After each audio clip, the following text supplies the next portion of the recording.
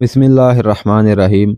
سلطان صلاح الدین ایوبی کا جاسوس عمران، جو اپنی جان پر کھیل کر اکرا سے عیسائیوں کا بہت قیمتی راز چرا کر لایا تھا، کرا کے قلعے میں نور الدین زنگی کے سامنے بیٹھا اپنی کہانی سنا رہا تھا۔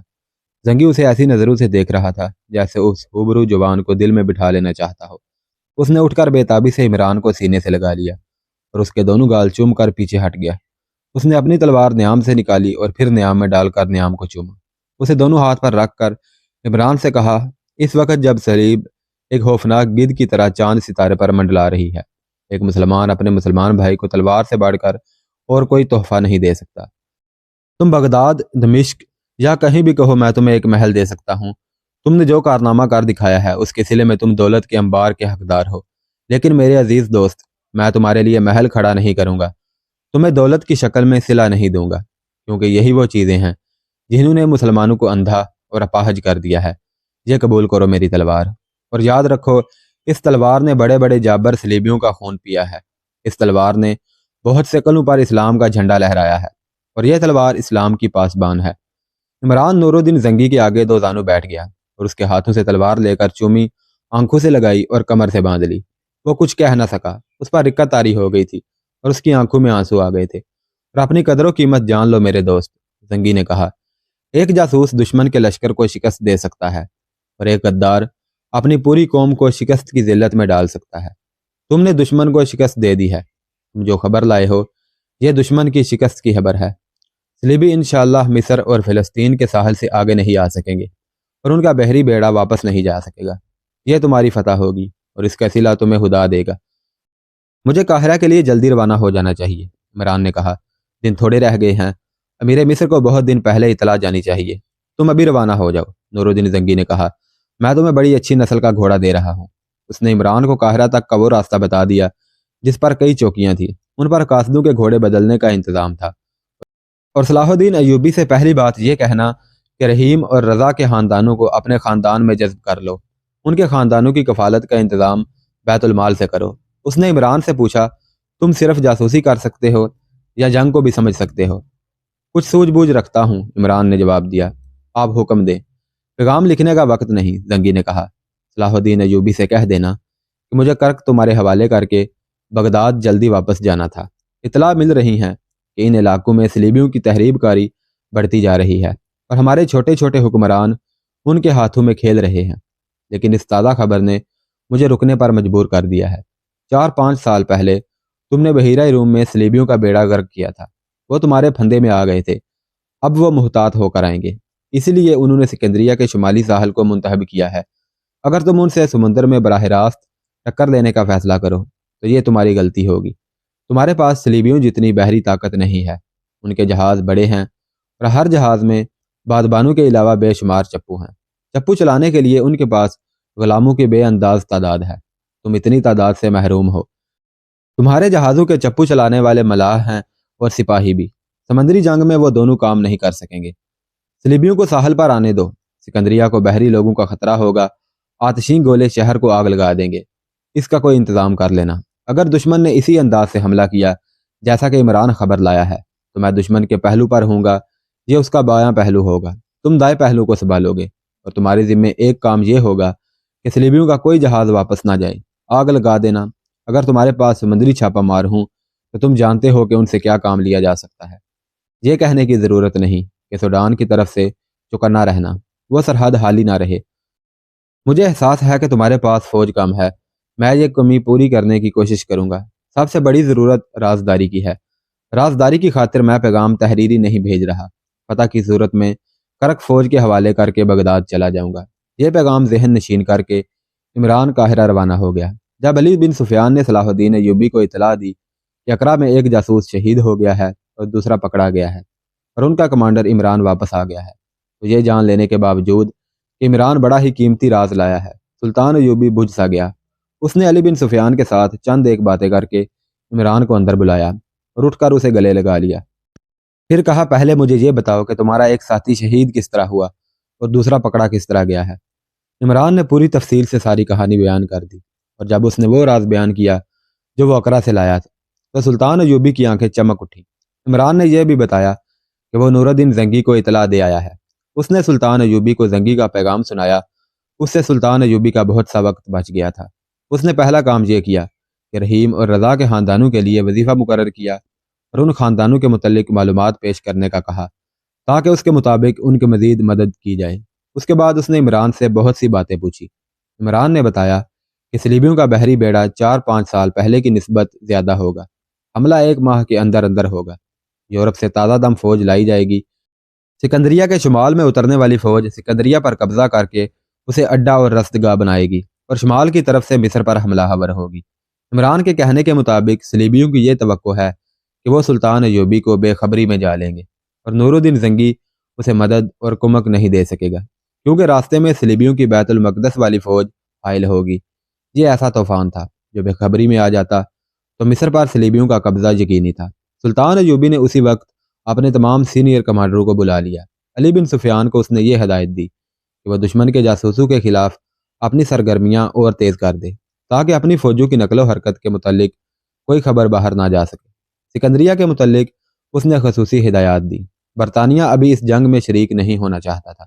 انگریزوں کو غالباً یہ توقع تھی کہ کسی وقت وہ اکیلے ہی مسلمانوں کو شکست دے کر ان کے علاقوں پر قابض ہو جائیں گے، لیکن پوپ یعنی سب سے بڑے پادری کے کہنے پر انگریزوں نے صلیبیوں کو اپنے کچھ جنگی جہاز دیے تھے۔ اسپین کا تمام بیڑا اس حملے میں شرکت کے لیے تیار تھا۔ فرانس، جرمنی اور بیلجیم کے جہاز بھی آ گئے تھے اور اس متحدہ بیڑے میں یونان اور سسلی کی جنگی کشتیاں بھی شامل تھیں۔ رسد اور اسلحہ کے لیے ماہی گیروں سے بادبانی کشتیاں لے لی گئی تھیں۔ ان میں بعض خاصی بڑی تھیں۔ اس بیڑے میں ان تمام ممالک سے تازہ دم فوج آ رہی تھی جس سے صلیب پر حلف لیا گیا تھا کہ فتح حاصل کیے بغیر واپس نہیں آئے گی۔ اگر صلاح الدین ایوبی نے ہمارا مقابلہ اپنے بحری بیڑے سے کیا تو اس کی اسے مصر جتنی قیمت دینی پڑے گی۔ فرانسیسی بحریہ کے کمانڈر نے کہا، ہم جانتے ہیں کہ اس کے بحری بیڑے کی کتنی کچھ طاقت ہے۔ وہ بحیرہ روم کے دوسرے کنارے پر ایک کانفرنس میں بیٹھا کہہ رہا تھا، صلاح الدین ایوبی اور نور الدین زنگی خشکی پر لڑنے والے لوگ ہیں۔ ہمیں یہ توقع رکھنی چاہیے کہ اس حملے کی خبر مسلمانوں کو قبل از وقت نہیں ہوگی اور صلاح الدین ایوبی کو اس وقت خبر ہوگی جس وقت ہم قاہرہ کو محاصرے میں لے چکے ہوں گے۔ نور الدین زنگی اس کی مدد کے لیے نہیں پہنچ سکے گا اور ہمارا یہ حملہ فیصلہ کن ہوگا۔ میں ایک بار پھر کہتا ہوں کہ سوڈانیوں کا استعمال کرنا ضروری ہے، رینالٹ نے کہا۔ رینالٹ ایک مشہور صلیبی حکمران اور جنگجو تھا۔ اسے بیت المقدس کی طرف سے خشکی پر آنا اور حملہ کرنا تھا۔ وہ شروع سے زور دے رہا تھا کہ وہ مصر پر شمال اور مشرق سے حملہ کریں تو جنوب سے سوڈانی مصر پر حملہ کر دیں گے۔ آپ پچھلے تجربوں کو بھول جاتے ہیں، اسلام کے سب سے بڑے دشمن فلپ آگزسٹ نے کہا۔ 1169 میں ہم نے سوڈان کو بے دریغ مدد دی تھی اور اس توقع پر ہم نے سمندر سے حملہ کیا تھا کہ سوڈانی جنوب سے حملہ کریں گے اور صلاح الدین ایوبی کی فوج میں جو سوڈانی ہیں وہ بغاوت کر دیں گے، مگر انہوں نے کچھ بھی نہ کیا۔ 2 سال بعد پھر انہیں مدد دی گئی، انہوں نے یہ بھی ضائع کر دی۔ اب کہ پھر انہوں نے ہمیں مایوس کیا، ہم کیوں انہیں اپنے منصوبے میں شریک کریں؟ آپ یہ بھول رہے ہیں کہ سوڈانیوں میں مسلمانوں کی تعداد کم نہیں۔ مسلمان پر بھروسہ کرنا غلطی ہے۔ اگر آپ سچے دل سے اسلام کا نام و نشان مٹانا چاہتے ہیں تو کسی مسلمان کو اپنا دوست نہ سمجھیں، انہیں خرید کر اپنا دوست ضرور بنائیں، لیکن دل میں اس کی دشمنی قائم رکھیں۔ آپ ٹھیک کہتے ہیں، ایک اور صلیبی بادشاہ نے کہا۔ آپ لوگوں نے فاطمیوں کو دوست بنایا، وہ صلاح الدین ایوبی کے دشمن ہوتے ہوئے بھی اسے ابھی تک قتل نہیں کر سکے۔ ہم نے انہیں بڑے بڑے کابل، جاسوس اور تحریب کار دیے جو انہوں نے اپنی غلطیوں سے پکڑوا کر مروا دیے۔ اب ہم کسی پر بھروسہ نہیں کریں گے، ہمیں اپنی جنگی طاقت پر بھروسہ کرنا چاہیے اور اب ہم کامیاب ہوں گے۔ ان کی جنگی طاقت اتنی زیادہ تھی کہ وہ اس سے زیادہ تکبر کرنے میں حق بجانب تھے۔ بیڑے کا تو کوئی حساب ہی نہ تھا۔ بیت المقدس کی طرف سے جو فوج آ رہی تھی وہ سمندر کی طرف سے آنے والی نفری سے دگنی تھی۔ یورپی مورخوں میں تعداد کے متعلق اختلاف پایا جاتا ہے۔ بعض نے تو اس حملے کا صلیبی جنگوں میں ذکر ہی نہیں کیا، جیسے اس کی کوئی اہمیت ہی نہیں تھی۔ اس حملے میں کم و بیش صلیبیوں کی 6 بادشاہیاں شامل تھیں۔ کچھ چھوٹے بڑے حکمران بھی تھے جو اپنی فوجیں لے آئے تھے۔ ان میں خامی یہ تھی کہ ان کی کمان متحد نہیں تھی، تاہم یہ لشکر نور الدین زنگی اور سلطان صلاح الدین ایوبی کو آسانی سے شکست دے سکتا تھا۔ سلطان ایوبی کی کمزوری یہ تھی کہ اس کی فوج کم تھی، اس کے علاوہ مصر میں غداروں نے بد امنی پھیلا رکھی تھی، اور سب سے بڑا خطرہ یہ کہ سوڈانی بھی حملہ کر سکتے تھے۔ نور الدین زنگی کو بھی کچھ ایسی ہی دشواریوں کا سامنا تھا۔ دنیا اسلام چھوٹی چھوٹی ریاستوں میں بٹی ہوئی تھی اور یہ حکمران عیش و عشرت کے عادی ہو چکے تھے۔ صلیبیوں نے انہیں اپنے زیر اثر لے رکھا تھا، وہ آپس میں بٹے ہوئے تھے اور انہیں اسلام کی ناموس کا ذرا بھر احساس نہ تھا۔ سلطان ایوبی نے اپنے سینئر کمانڈروں کو بلا کر اپنی فوج کو 3 حصوں میں تقسیم کر دیا۔ ایک حصے کو اس نے سوڈان کی سرحد پر چلے جانے کو کہا۔ اس کے کمانڈر کو یہ ہدایت دی کہ وہ سرحد سے خاصا پیچھے ہمدن رہے، لیکن فوج کو مختلف جگہوں پر اس طرح متحرک رکھے کہ گرد اڑتی رہے اور یہ ظاہر ہو کہ فوج کی تعداد بے حساب ہے۔ سلطان ایوبی نے خصوصی حکم دیا کہ کسی بھی وقت فوج آرام کی حالت میں نہ رہے۔ دوسرے حصے کو سکندریہ کی طرف کوچ کرنے کا حکم دیا گیا، لیکن اس ہدایت کے ساتھ کہ کوچ رات کو ہوگا اور تمام پڑاؤ دن کے وقت ہوں گے۔ اس کے کمانڈر کو بتایا گیا کہ اسے یہ حکم بعد میں ملے گا کہ اس کی منزل کیا ہے اور آخری خیمہ گاہ کہاں ہوگی۔ تیسرے حصے کو سلطان ایوبی نے اپنے ہاتھ میں رکھا۔ اس نے کسی بھی کمانڈر کو نہ بتایا کہ یہ احکام کیوں دیے جا رہے ہیں۔ یہ سب نے دیکھا کہ تمام تر منجنیقیں اس فوج کو دی گئی تھیں جو سکندریہ کی طرف جا رہی تھی۔ اس کے 7-8 روز بعد سلطان ایوبی قاہرہ میں نہیں تھا اور نور الدین زنگی کرک میں نہیں تھا۔ وہ دونوں سکندریہ کے مشرق میں گھوم پھر رہے تھے، مگر کوئی نہیں کہہ سکتا تھا کہ یہ دونوں کسی ملک کے حکمران اور فوجوں کے کمانڈر ہیں، اور یہ وہ انسان ہیں جو صلیبیوں کے لیے سراپا دہشت بنے ہوئے ہیں۔ اس وقت وہ غریب سے 2 شتربان تھے جو معلوم نہیں کہاں سے آئے تھے اور کہاں جا رہے تھے۔ انہوں نے ساحل پر جا کر بحیرہ روم کی وسعت کو نظروں سے بھانپا اور ناپا۔ وہ 3-4 دن میں دور دور گھوم گئے۔ سلطان ایوبی سکندریہ اور نور الدین زنگی کرک چلا گیا۔ صلیبیوں کا بیڑا مکمل خاموشی اور رازداری سے آیا۔ بیت المقدس سے صلیبیوں کی فوج چل پڑی۔ دونوں کی روانگی کے اوقات میں مطابقت تھی۔ صلیبیوں نے بڑے اچھے موسم کا انتخاب کیا تھا۔ اس موسم میں سمندر خاموش رہتا ہے، تلاطم اور طوفان کا خطرہ نہیں ہوتا۔ صلیبی جہازوں کے کپتانوں کو مصر کا ساحل نظر آنے لگا، لیکن انہیں سلطان ایوبی کا کوئی جہاز نظر نہیں آ رہا تھا۔ سب سے اگلے جہاز کے کپتان نے سمندر میں ماہی گیروں کی ایک کشتی دیکھی۔ اس نے جہاز ان کے قریب کر کے اوپر سے جھک کر پوچھا، جنگی جہاز کہاں ہیں؟ اگر غلط بتاؤ گے تو تمہیں ڈبو کر مار ڈالیں گے۔ ماہی گیروں نے کہا، مصر کے جہاز اس طرح نہیں رکھے جاتے، یہاں سے بہت دور ہیں۔ جہاز روک کر رسا پھینکا گیا۔ 2 ماہی گیر رسے کے ذریعے جہاز پر چلے گئے۔ انہوں نے کپتان کو مصر کے جنگی جہازوں کے متعلق جو معلومات دیں وہ یہ تھی کہ کئی جہاز مرمت ہو رہے ہیں۔ جو جہاز اچھی حالت میں ہیں وہ اتنی دور ہیں کہ سکندریہ تک پہنچتے 2 دن لگیں گے، کیونکہ بعد بانوں اور چپوؤں کے لحاظ سے وہ کمزور اور کم رفتار ہیں۔ ماہی گیر نے جو سب سے زیادہ قیمتی بات بتائی وہ یہ تھی کہ چونکہ سلطان ایوبی بحریہ کی طرف توجہ نہیں دیتا، اس لیے جنگی ملاح عیش و عشرت میں پڑے رہتے ہیں۔ ساحل کے ساتھ جو دیہات ہیں وہاں چلے جاتے ہیں، ماہی گیروں سے مچھلیاں چھین لیتے ہیں۔ صلیبی بحریہ کے رہنما کے لیے یہ معلومات خوشخبری سے کم نہ تھی۔ اس نے اپنا جہاز روک لیا اور ایک کشتی کے ذریعے اس بیڑے کے کمانڈر کے جہاز تک گیا۔ اس نے یہ معلومات دیں جو اس نے 2 ماہی گیروں سے حاصل کی تھی۔ ان کے لیے میدان صاف تھا۔ کمانڈر نے بیڑے کو وہیں روک لیا۔ وہ شام کے بعد اندھیرے میں ساحل تک پہنچنا چاہتے تھے۔ اسے وہ جگہ بتا دی گئی تھی جہاں ساحل کے ساتھ پانی اتنا گہرا تھا کہ جہاز ریت میں پھنسے بغیر ساحل تک آ سکتے تھے۔ وہاں فوج کو آسانی سے اتارا جا سکتا تھا۔ سکندریہ کی بندرگاہ سے ایک کشتی کھلے سمندر کی طرف چلی گئی جو بظاہر ماہی گیروں کی تھی۔ ابھی سورج غروب نہیں ہوا تھا جب یہ کشتی بیڑے تک پہنچ گئی۔ کم و بیش 250 جنگی جہاز سمندر میں دور دور تک بکھرے ہوئے تھے۔ ماہی گیر اپنی کشتی کو بیڑے کے درمیان لے گئے اور پوچھ کر کمانڈر کے جہاز تک پہنچ گئے۔ انہوں نے کمانڈر کو بتایا کہ سکندریہ کے اندر کوئی فوج نہیں ہے، صرف شہری آبادی ہے اور مصری بیڑے کے جنگی جہاز یہاں سے بہت دور ہیں۔ یہ ماہی گیر مسلمانوں کے جاسوس تھے۔ رات کا پہلا پہر تھا جب اگلی صف کے جنگی جہاز ساحل کی طرف بڑھے اور کسی دشواری کے بغیر ساحل پر لنگر انداز ہو گئے۔ پچھلی صف کے جہاز ان کے قریب عقب میں آئے اور لنگر ڈال دیے۔ تیسری صف بھی قریب آ گئی۔ فوج اتارنے کا انتظام غالباً یہ تھا کہ ہر ایک جہاز کو ساحل پر نہیں آنا تھا، بلکہ تمام جہازوں کو ساتھ ملا کر ان میں سے فوج کو گزر کر اترنا تھا۔ سکندریہ پر خاموشی سے حملہ کرنے کا فیصلہ کیا گیا۔ اطلاع کے مطابق وہاں چونکہ فوج نہیں تھی اس لیے قبضہ مشکل نہ تھا۔ اگلے جہازوں سے جو فوج اتری اسے سکندریہ میں داخل ہونے کا حکم دے دیا گیا اور سپاہیوں کو بتایا گیا کہ شہر ان کا اپنا ہے، کوئی مزاحمت نہیں ہوگی۔ سپاہی دوڑ پڑے، انہیں شہر کو لوٹنا تھا اور ان کی نظر عورتوں پر بھی تھی۔ جو ہی سپاہیوں کا یہ ہجوم شہر کے قریب آیا، شہر کے باہر دائیں اور بائیں سے شعلے اٹھے جن سے رات روشن ہو گئی۔ یہ گھاس لکڑیوں اور کپڑوں کے انبار تھے جن پر تیل ڈالا گیا تھا، ان سے روشنی کا کام لینا تھا۔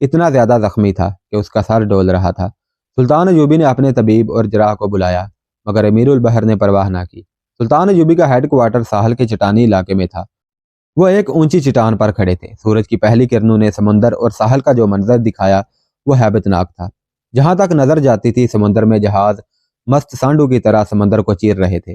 بہت سے جہاز جل رہے تھے، بعض مستول ٹوٹ جانے اور بادبان بیکار ہو جانے سے ایک ہی جگہ کھڑے ہچکولے کھا رہے تھے۔ سمندر میں بہت سے انسان تیرتے نظر آ رہے تھے اور موجیں لاشوں کو ساحل پر پٹہ رہی تھی۔ اپنے جہازوں کا کچھ پتہ نہیں چلتا تھا۔ دور مغرب کی طرف سمندر سے مستولوں کے بالائی حصے ابھرے، پھر بادبان نظر آئے۔ جہاز ایک صف میں ایک دوسرے سے دور دور مارکے کی طرف بڑھے آ رہے تھے۔ سلطان ایوبی نے کہا، تمہارے جہاز آ رہے ہیں۔ اس نے ادھر دیکھا، وہاں امیر البحر نہیں تھا۔ امیر البحر اپنے جہازوں کو آتا دیکھ کر سلطان کو بتائے بغیر چٹان سے اتر گیا تھا۔ سلطان ایوبی کو وہ اس وقت نظر آیا جب وہ ایک کشتی میں بیٹھ چکا تھا اور کشتی کا بادبان کھل چکا تھا۔ یہ 10 چپوؤں کی کشتی تھی۔ سلطان ایوبی نے چلا کر اسے پکارا، سعدی تم واپس آ جاؤ، میں نے تمہاری جگہ ابو فرید کو بھیج دیا ہے۔ امیر البحر دور نکل گیا تھا۔ اس نے بلند آواز سے کہا، یہ میری جنگ ہے، خدا حافظ، اور اس کی کشتی دور ہی دور ہٹتی گئی، پھر نظروں سے اوجھل ہو گئی۔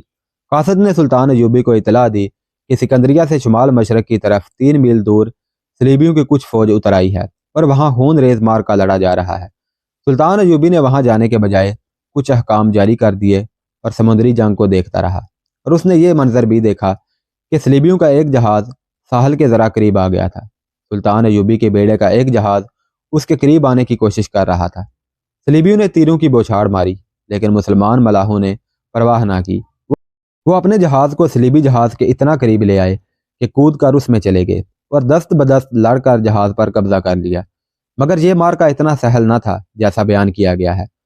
مسلمان بحریہ کے سرفروشوں نے خون اور جان کی بے دریغ قربانی دی۔ وہ 3-3 4-4 جہازوں کے گھیرے میں لڑے، دشمن کے جہازوں میں کود کود کر لڑے، تیروں سے چھلنی ہوئے، مگر اس طرح مارکے میں سے نکلنے کی نہ سوچی جس طرح صلیبی اپنے جہاز نکالنے کی کوشش کر رہے تھے۔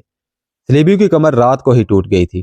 ان کے کمانڈر صلیب کا حلف پورا کر رہے تھے اور انہیں صبح تک یہ امید لڑاتی رہی کہ وہ سلطان ایوبی کی قلیل سی بحری قوت پر قابو پا لیں گے۔ لیکن اگلے دن کے پچھلے پہر تک ان کی کیفیت اتنی بگڑ چکی تھی کہ جہاز بکھر کر ادھر کو ہی جا رہے تھے جدھر سے آئے تھے۔ وہ اپنی زیادہ تر قوت مسلمانوں کے ہاتھوں تباہ کر گئے تھے اور ان کی جو تھوڑی سی فوج ساحل پر اتری تھی وہ سکندریہ سے 3-4 میل دور شمال مشرق میں کچھ کٹ گئی تھی، باقی نے ہتھیار ڈال دیے تھے۔ سلطان ایوبی کی فوج کا دوسرا حصہ ابھی جنگ میں شریک ہی نہیں ہوا تھا۔ سلطان ایوبی کے پاس قاصد آ رہے تھے جا رہے تھے، اور جب اسے یقین ہو گیا کہ صلیبی ناکام ہو گئے ہیں تو اس نے فوج کے دوسرے حصے کو ایک اور محاذ دے دیا۔ عمران کی اطلاع کے مطابق بیت المقدس کی طرف سے بھی صلیبی فوج کو آنا تھا۔ اس کے لیے نور الدین زنگی گھات میں تھا، تاہم پیش بندی کے طور پر سلطان ایوبی نے دفاع مضبوط کر لیا۔ تیسرے حصے کو جو اس نے اپنے زیر کمان ریزرو میں رکھا تھا ان صلیبیوں کو پکڑنے پر لگا دیا جو سمندر سے نکل رہے تھے۔ سورج کی آخری کرنوں نے سلطان ایوبی کو یہ منظر دکھایا کہ صلیبیوں کے وہی جہاز نظر آ رہے تھے جو جل چکے تھے اور ابھی ڈوبے نہیں تھے، یا وہ جنہیں پکڑ لیا گیا تھا، یا ان جہازوں کے بادبان نظر آ رہے تھے جو واپس جاتے ہوئے دور ہی دور ہٹتے جا رہے تھے۔ اس کی اپنی بحریہ کے جہاز جو بچ گئے تھے ساحل کی طرف آ رہے تھے۔ دیکھنے والوں نے اندازہ لگایا کہ سلطان کی آدھی بحریہ مصر پر قربان ہو گئی تھی۔ کشتیاں ساحل پر آ رہی تھیں، ان میں اپنے بحری سپاہی آتے تھے جو زخمی تھے یا سمندر سے نکالے گئے تھے۔ ان کے جہاز تباہ ہو گئے تھے۔ ایک کشتی اس چٹان کے قریب آ کے ساحل سے لگی جس پر سلطان ایوبی کھڑا تھا۔ اس میں کسی کی لاش تھی۔ سلطان ایوبی نے بلند آواز سے پوچھا، یہ کس کی لاش ہے؟ امیر البحر سعدی بن سعد کی، ایک ملاح نے جواب دیا۔ سلطان ایوبی دوڑ کر نیچے اترا، لاش سے کپڑا ہٹایا، اس کے امیر البحر کی لاش خون سے لال ہو چکی تھی۔ ملاحوں نے بتایا کہ امیر البحر نے ایک جہاز تک پہنچ کر بحریہ کی کمان لے لی تھی اور جنگ لڑتے رہے۔ انہوں نے اس جہاز پر اپنی کمان کا جھنڈا چڑھا دیا تھا۔ غالباً یہی وجہ تھی کہ صلیبیوں کے 4 جہازوں نے انہیں گھیر لیا۔ ان میں سے 2 تباہ ہوئے اور امیر البحر کا جہاز بھی تباہ ہو گیا۔ اس وقت تک مارکا ختم ہو چکا تھا۔ سلطان ایوبی نے امیر البحر کی لاش کا ہاتھ چوما اور کہا، تم سمندر کے فاتح ہو، میں کچھ بھی نہیں۔ اس نے جہاں یہ حکم دیا کہ دشمن کے جو جہاز پیچھے رہ گئے ہیں ان سے سامان نکالا جائے، وہاں جذباتی لہجے میں کہا، تمام کشتیاں سمندر میں ڈال دو اور کسی شہید کی لاش سمندر میں نہ رہنے دو، انہیں یہیں دفن کرنا، جہاں بحیرہ روم کی ہوائیں ان کی قبروں کو ٹھنڈا رکھیں۔